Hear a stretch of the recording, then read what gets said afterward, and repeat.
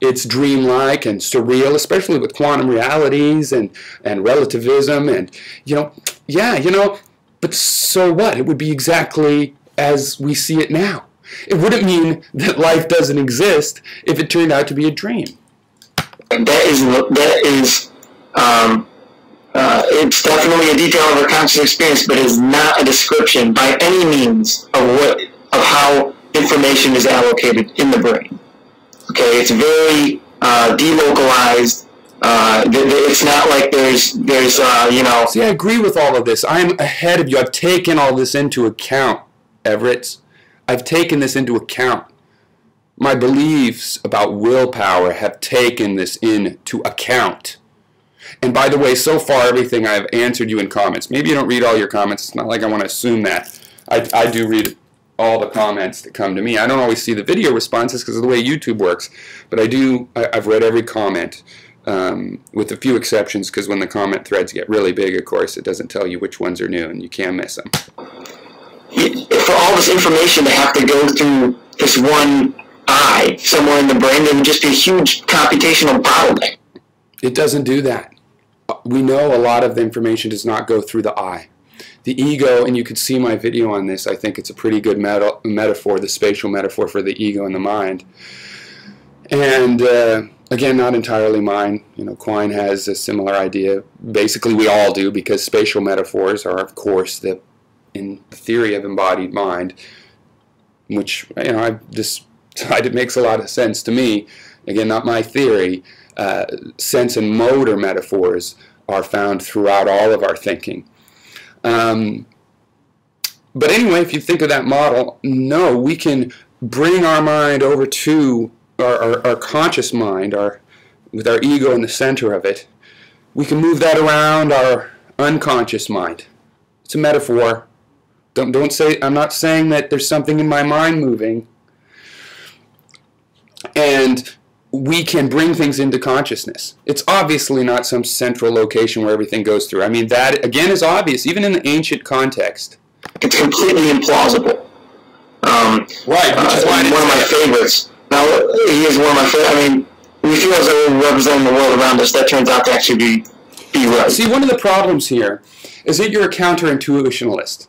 And I am a counterintuitionalist. I don't believe the universe is intuitional. I don't believe we can have knowledge from intuition. And this is why I'm a relativist. Because without some secret source of knowledge from God, some idea that intuition is plugged into reality, there is no access to objective reality. So why is that a problem, you might ask, Everett, that I agree with you? Well, it's because you don't realize that. You think you have to tell me to rewind your video to understand something that I could tell you a thing or two about, my friend. But the other one is wrong. The fact that we're experiencing the present world. Of course we're not. Because by the time the light leaves this computer screen, triggers an electrical signal throughout my brain. I am going to jump ahead here. Yeah, it takes a while, and you know what, it even takes longer than that. You know what else? I just gave you the example about the two-dimensional eyes being joined in. It's obvious, not only does it take time, but there's a lot of processing. None of that means there isn't a will. None of that. Even if the conscious mind has nothing at all to do with the will, that does not mean there is no will. There's still a phenomena of will.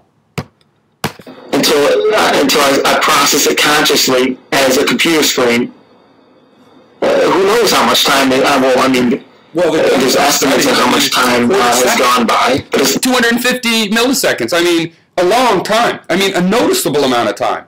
This is your reaction time. But anyway, I'm not a neurophysicist. Ask them. Not zero. It's not 0 seconds. It's not 0 milliseconds. I'll tell you that. What in my argument makes you think I'm lying? Of course, again, the details of our conscious experience are wrong. No. Wrong is a totalitarian answer. They're just wrong.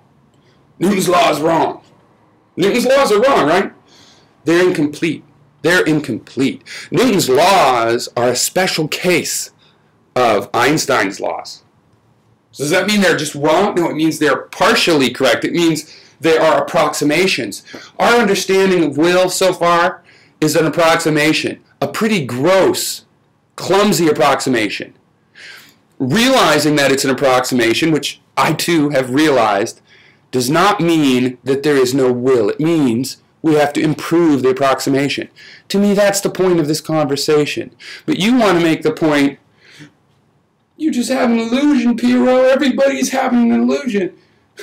Then you better explain it to the same degree that I can explain why the sun doesn't really rise, okay? Why that's an approximation, a gross approximation of what it's really, doing.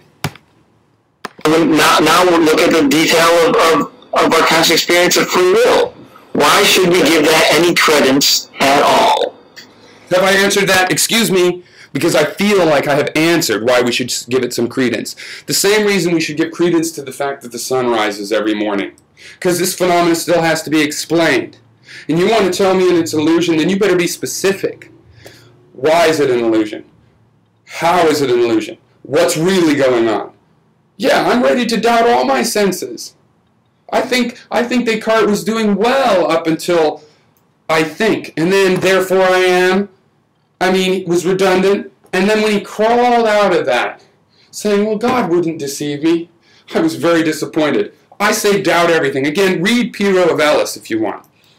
But the fact is, yeah, it's given some credence. There's nothing for us to give credence to except our experiences. And the only way to doubt our previous experiences is to compare it with other experiences, possibly from the past, but in this maybe simpler to understand, rewind if you need, to our future experiences. The burden is clearly on you.